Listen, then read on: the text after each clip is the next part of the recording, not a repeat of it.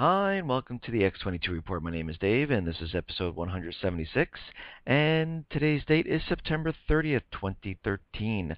And the title of this episode is Al-Qaeda handing terrorist baton over to al-Shabaab.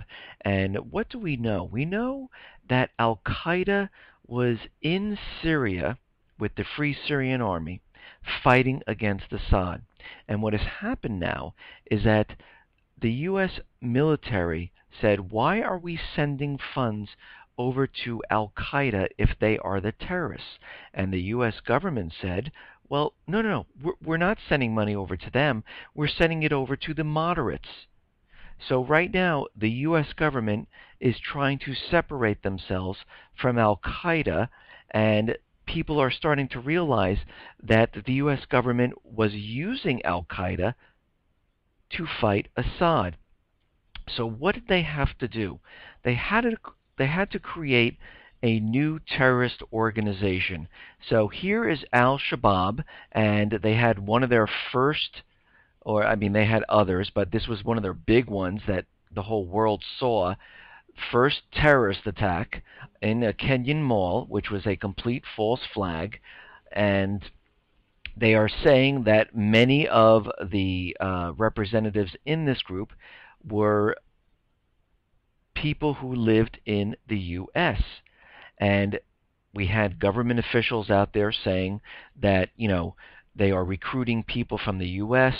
Al-Shabaab could have groups within the U.S., and this is what Representative King said, and Lindsey Graham was out there, and this is what they're trying to build up now, that al-Shabaab is a new terrorist threat, and the leader of this is the White Widow, which is a woman from England.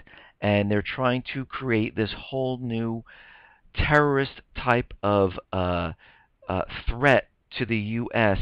So when the false flag hits here in the U.S., they have a group to blame. Now, they can either blame it on al-Qaeda, which has links to which al-Shabaab has links to, or they can use a combined terrorist group, saying it was partly al-Shabaab or al-Qaeda, and however they want to play this, but it will be a false flag that will get us into war with Iran or Syria, because they need to bring this home to the U.S.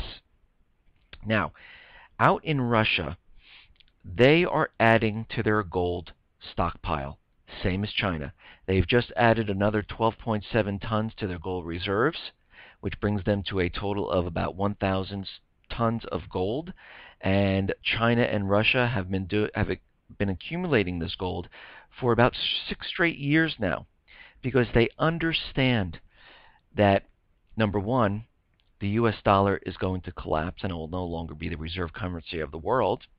Number two, China understands that they own a lot of treasury bonds, and they're trying to hedge their bet with gold to keep their wealth just in case things fall apart.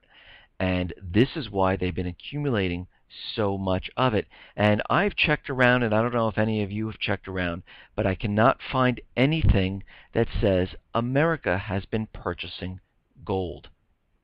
I see Russia, I see China, and I see other nations, but I do not see America purchasing gold. Now, about a month or two back, Spain's government officials were out there letting everyone know that Spain is emerging from the recession and everything is getting better now. And it was in the Wall Street Journal and other newspapers saying that Spain emerges from recession but sees more austerity ahead. But the only problem is they have a huge amount of unemployment, double-digit unemployment. The youth unemployment is mid double digits. And we're starting to see now, since the Spanish government is taking on more debt, and they're using austerity and laying off public sector jobs, we're starting to see this hit in the retail sales area. And they fell around 4.2%, which is about 38 months now in the negative. And the retail sector fell by 1.9% in the 8th month of the year. and one of the largest decreases were scored in small chains and department stores. And the Spanish government continually says they are getting better, and we see this all around the world, not just in Spain, where the government officials are out there using the propaganda and letting the world know that bad times have passed. Here come the good times.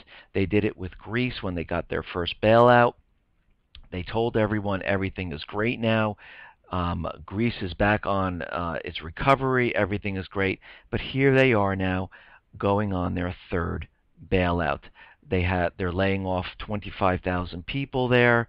The unemployment is very high, double digits, and people cannot find work, and the Greek people are starting to rally to overthrow the government there, and they are pushing. And now the Greek government is starting to push back because, again, government officials are not going to step down so easily. They will fight to the bitter end to keep their positions. And this is why revolutions start, because government officials feel it's their job to stick it out, and they love the power. Okay, now we always hear that unemployment is ticking down. It's at 7.3%. We always hear that claims are being reduced.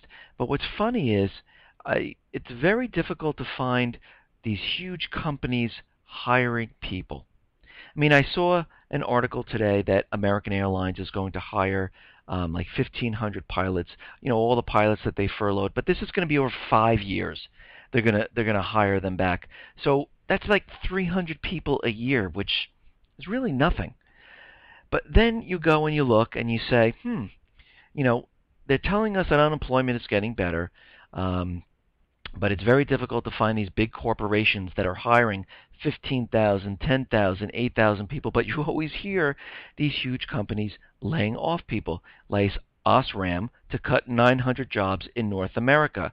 And this is a German lighting maker, and they're laying off 900 people. Toshiba is cutting 3,000 staff in their TV division. Siemens is going to cut 15,000 jobs. So we're seeing many layoffs and many cuts, but we do not see the same numbers of companies hiring, because most of them are in the service sector, spread out across the nation, and we do not see this type of hiring. We see huge amounts of layoffs, and each time I do a report, I add in some more layoffs that come up, and they're always in the thousands, 5,000, like we heard, Wells Fargo, Citibank, Bank of America, J.P. Morgan, laying off thousands of people. They're not hiring thousands of people, they're laying off thousands of people. So with all of these layoffs and with the manipulated unemployment numbers, you can see how this economy is a complete illusion of what they're really telling us. And again, the only way to keep the illusion up is to manipulate numbers. So they had to go and they had to manipulate inflation to show that there is absolutely no inflation. But I just went into the store this weekend and I see milk. I have it on my site on inflation deflation and where I buy my milk. And I know you can buy it cheaper in other places, but I keep track of this one grocery chain. And their milk went from $3.85, and yesterday it's at $3.95 now. So that's another 10 cents that it went up, and it's getting close to $4. So if there's no inflation, why are manufacturers shrinking their products? Why are the prices going up if there is absolutely no inflation? Well, there's no inflation because they manipulated the numbers. The same thing they did with GDP, because they need to keep the illusion going that the economy is doing well. Now here, the U.S. third quarter earnings ratio is second worst since 2001. U.S. companies are warning about third quarter earnings at a rate lower than last quarter. Companies issuing negative outlooks for the quarter outnumber positive ones 5.2 to 1. So things are not really getting better, they are getting worse, and that's why when the Fed said they were going to taper, they realized the economy is so bad, and if they taper, the entire economy implodes. So they did a test back in the summer, spring, where they said they were going to taper. They were hoping that the economy could get back on its legs, which it didn't. And again, this is all false. They were waiting for a special event to happen, like a war in Syria, and they were going to use this to say that they were about to, the U.S. economy was about to just recover, and then this war broke out and they attacked, but that has been delayed right now. So now they're moving, now the timeline is off a little bit, and this is why they're talking about December and January, February 2014 tapering, because the event that they were hoping for, that they could start the first part of the collapse, which I was talking about in episode, I forgot the episode number, but it's, if you look back, it's the countdown to the economic collapse, and what I talked about is this first part of the collapse. Now, since the U.S. government central bankers could not get the war started with Syria, the timeline has changed a little bit. It's been pushed off a little bit. Now we're looking at December, early January, but they have not stopped because they know they need to get this war started. And when the war starts, or of course with a false flag that will get us into a war, because they have no choice, because they understand the American people do not want war, and Congress does not want war. So the only way to bring war home is to have something happen on the United States. And that's going to come just like in 9/11. It's going to happen in many, many different areas, so it affects the entire country, not just a single region. And once we see this happen, we will then understand that the first part of this collapse will happen, and the Fed is going to announce that they're just about to taper, and then they're going to say we got hit by some type of false flag or something to bring the economy down, where they will then go ahead and increase the amount of quantitative easing, because that's what they really want to do. Now, there is another sign that things are not getting better, is U.S. auto sales are starting to stall now in September.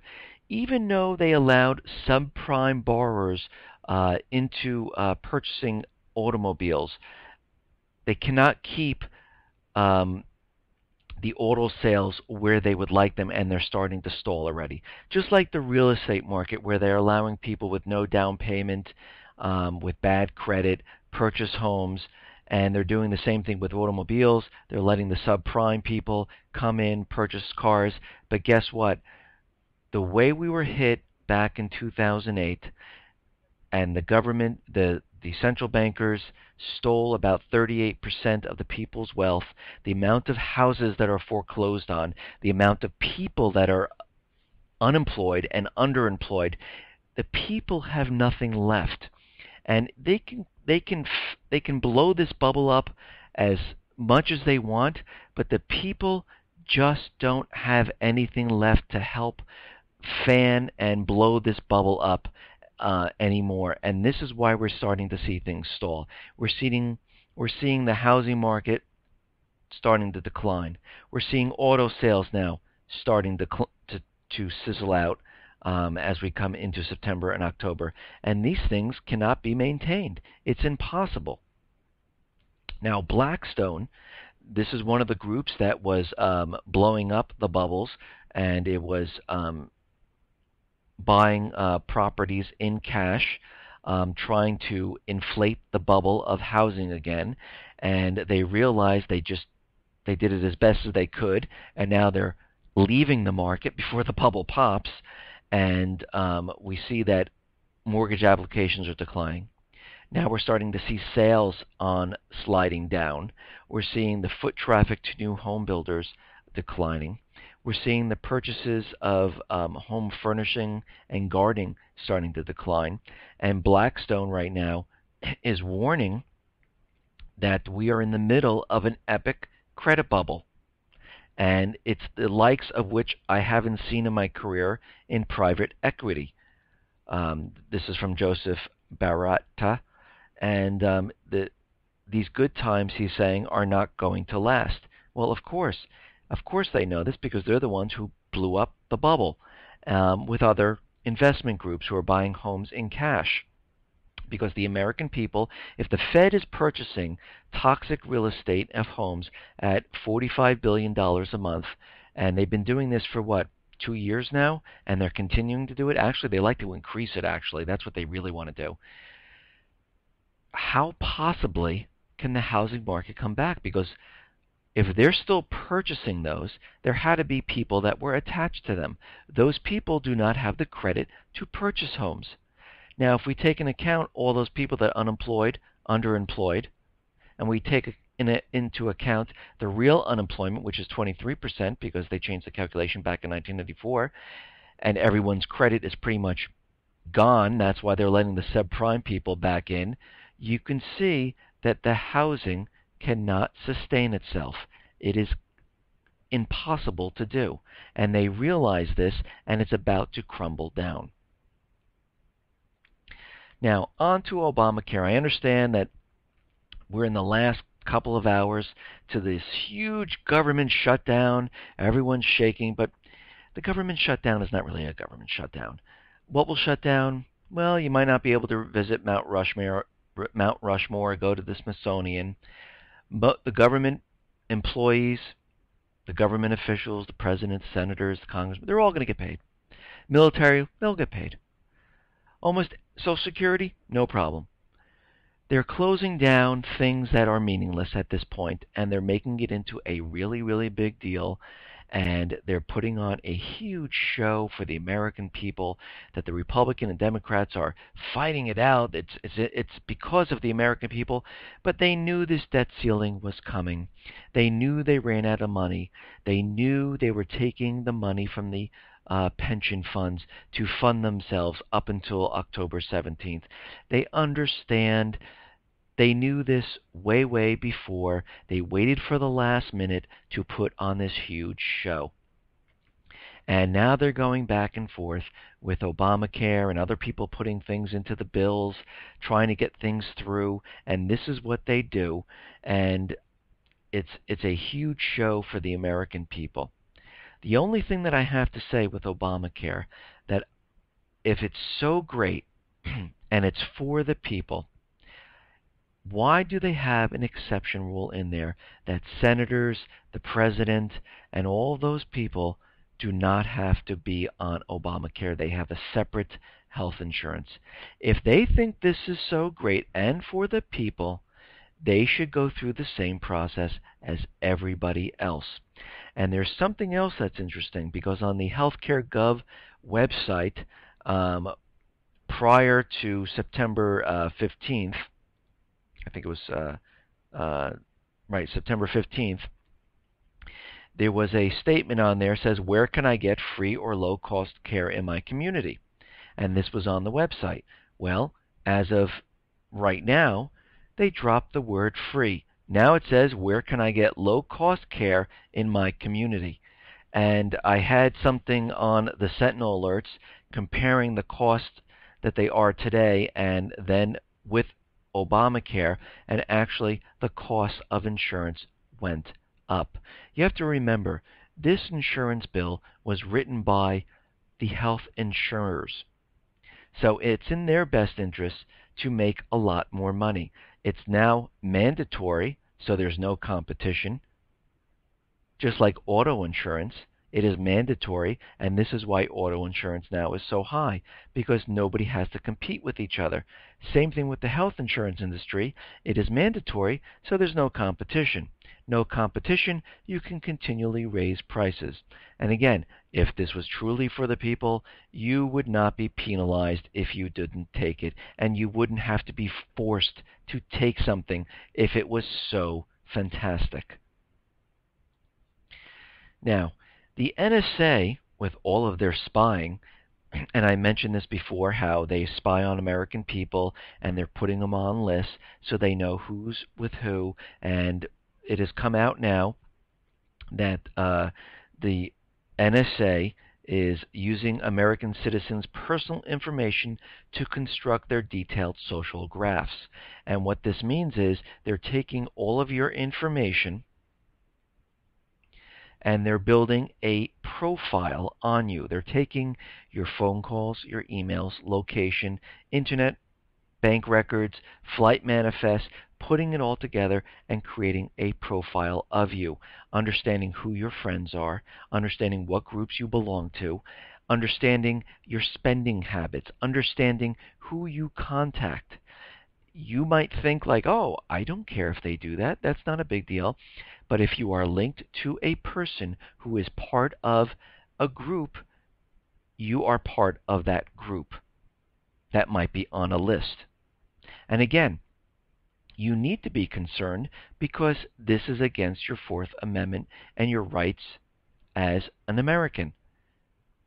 It's none of their business who you talk to, who you email, how you spend your money, where you fly, or do anything. But what they're doing is they're creating this complete profile of all your contacts and everything that you do every day. And they always know where you are. They always know what you're doing. And they know who your friends and your contacts are. And you could be on a list just by knowing someone.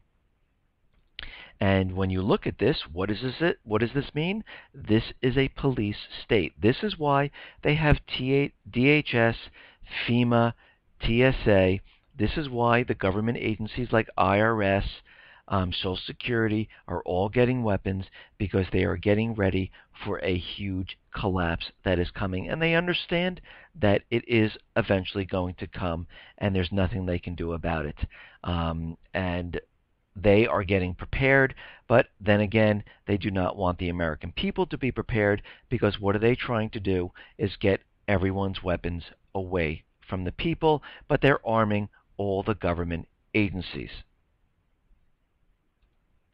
Okay, now, Turkey, which is a member of NATO and a close ally to the U.S., has decided to choose a Chinese missile system instead of using one of the NATO missile systems that all the NATO forces use. And the United States expressed its serious concerns to Turkey over its decision to co-produce a long-range air missile defense system with a Chinese firm under U.S. sanctions. And this goes on to say, we have conveyed our serious concerns about the Turkish government's contract discussions with a U.S. sanctioned company for a missile defense system that will not be interoperable with NATO systems or collective defense capabilities. And what we can see here is these countries that are in line with the U.S. understand that the U.S. dollar might not be, which probably will not be, the reserve currency anymore, and they realize that China is moving into that slot. And you have to remember that Turkey is in a very strategic area, which is right next to Russia and China, and also to the Middle East. It's like the gateway to both. And this is why the U.S. likes this strategic position, and we can see that countries are starting to figure out and make agreements with China just in the off chance that the U.S. dollar is no longer the reserve currency. And we see this happening in Brazil, North Korea, Russia, Australia, Iran, and India. Many countries are starting to do this. Now, I've mentioned this many times before, that the U.S. has bases that encircle China right now, and they are building a missile launch center in Romania. They're building one on the east coast of the U.S., and they are rotating forces out of the Philippines. And now they are building a military base in Saipan to counter the PLA missiles in that region. And this goes on to say that the United States and the Western Pacific Ocean will be reconstructed as a military base to prepare for a potential missile attack by the People's Liberation Army over the second island chain. And what they're doing is they understand this, that World War III is coming, because they're going to start it. And they understand that they're putting everything into position to plan for this. And we can see more and more of this happen. If we look at the reports, we have Russia, who is in Armenia, who's built a missile launch system that can hit Syria, just in case the U.S. invades Syria. They are upgrading that base. We see that Russia still has its military fleet in the Mediterranean. We understand that China and Russia drills are going on. U.S. and Japan drills are going on. U.S. South Korea drills are going on. We see that Japan just launched one of their biggest warships since World War II. We understand that Japan wants to change Article 9 of their constitution so they are no longer a pacifist nation where they have the ability to attack a nation if they deem so necessary to do so. And we see this happening all over the place. And now we're seeing countries strategically placing their bases and missiles to counteract strikes in the future. And this is continually moving forward, because what do we understand? We understand that the central bankers, U.S. government, globalist elite, whatever you want to call them, are not going to stop. Susan Rice is out there saying that, and this is a very interesting angle that they are going to take to get into Syria. Just let me explain what they're going to do here. The U.S. National Security Advisor says the White House has been and is seeking to oust Syrian President Assad from power. And everyone's sitting here saying, well, how could they possibly do this? They're getting rid of their chemical weapons. They're doing everything they have to do. But this is how they're going to do this. And Susan Rice went on to say that the position of the United States has been and remains very clear that it is that Assad must go. Now, this is what she says. The resolution and the agreement doesn't speak about Assad as an individual. It speaks about the requirements and the obligations of the Syrian government. So the resolution that they came up with doesn't say and does not talk about Assad himself. It's the Syrian government that has to follow along. It's the Syrian government that they cannot remove. And she went on to say that, and that's an important distinction, that whatever Syrian government is there, near term or in the future, will have the same obligations to implement these commitments and this resolution faithfully. So this is not specific to Assad. So they can, in any way they possible, try to remove Assad from his seat in government. And I see what they're trying to do here. They are trying to remove him. And whatever government, which could be a puppet government from the U.S., they will still have to remove the chemical weapons. And we can see how they're trying to play this. And also they kept in Chapter 7, which has all the articles. And I know they're all out there saying that they didn't say there's force, but let me just say they're going to use the angle. Well, wait a minute. We tried doing this peacefully, but Chapter 7, Article 42 says that if all peaceful accounts and all peaceful motives fail, the UN can vote for forceful action. And we can see how they're going to play this. Now, John Kerry, let's put this in perspective. If they're talking about, okay, we want peace with Syria, they're doing everything, chemical weapons, they're going to, disarm them. A lot of them weren't even weaponized, so it's even easier. We're going to have peace talks with Iran, and everything's going to be all peace all over the place. This is a complete ruse. This is to make everyone believe that the U.S.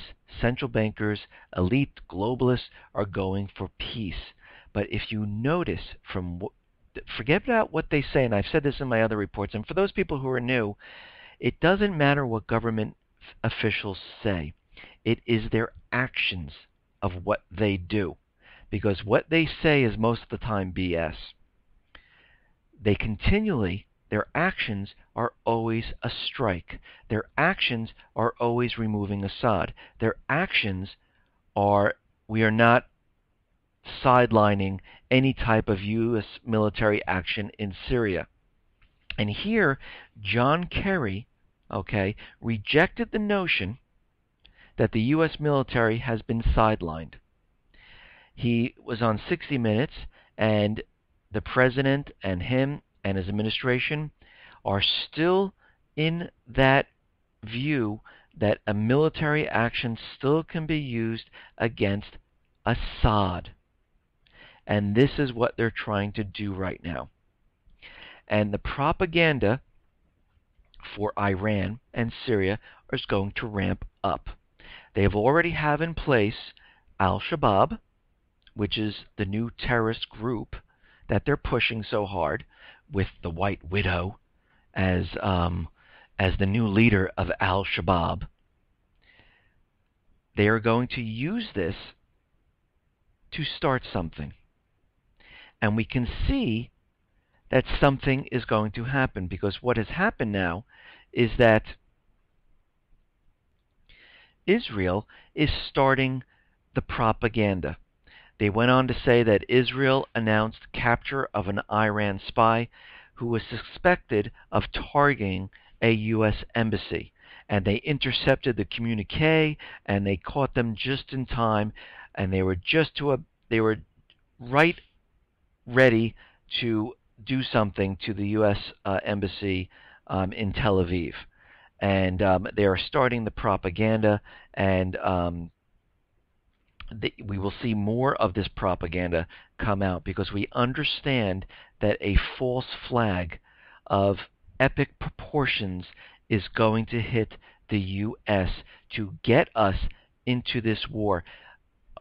Israel has also come out saying that Iran has almost enough uranium to build a nuclear bomb, and it's about 2 months away. And what do we understand? They're using now, they used to always say 3 to 5 months. Now they're saying uranium 2 months away.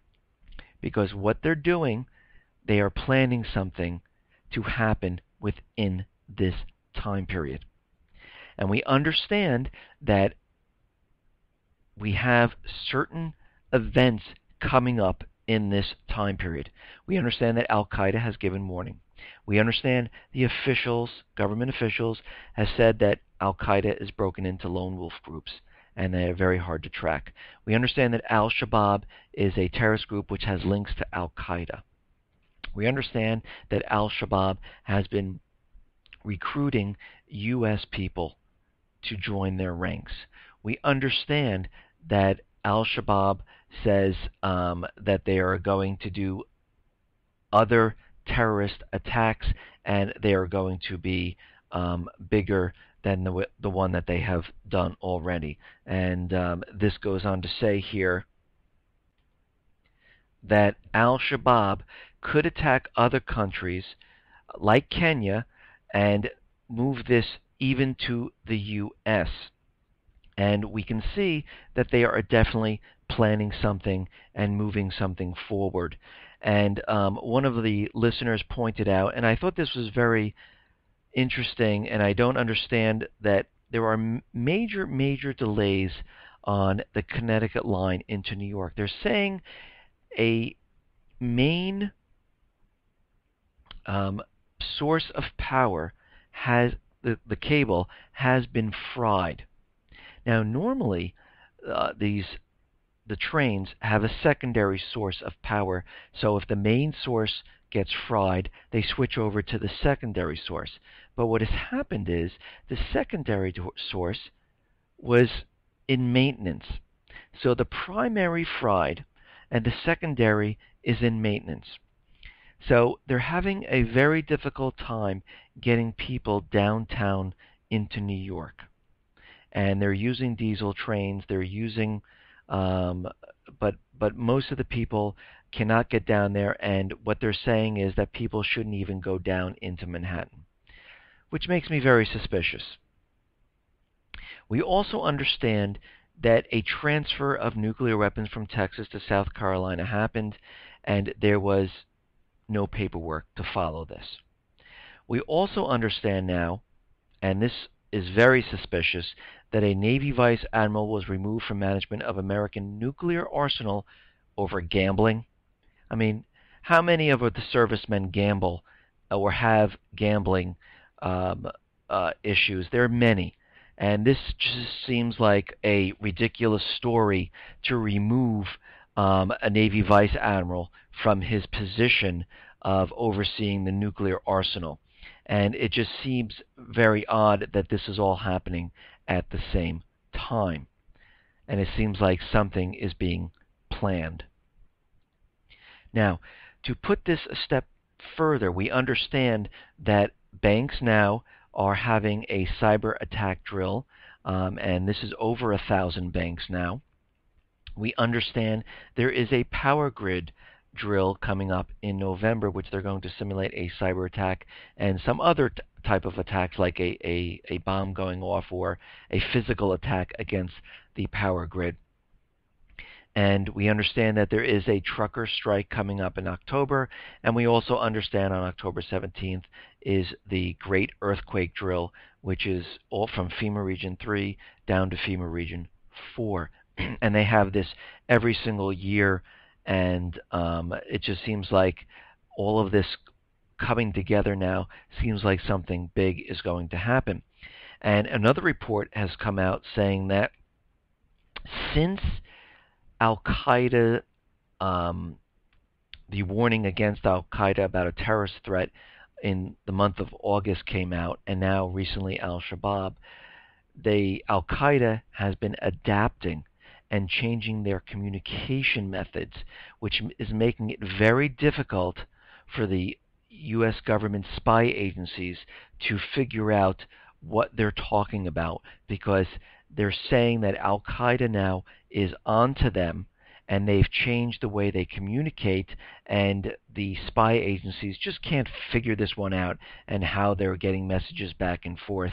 And this is a great concern to the spy agencies, because they are blind right now of what al-Shabaab and al-Qaeda are planning, and they are very nervous about this, and they're saying that this is more what happened in August with the news reporting, al-Qaeda and the terrorist threat, that this is more damaging than the document leaks by Edward Snowden, because now they're running blind and they don't realize what they're communicating and what they're planning.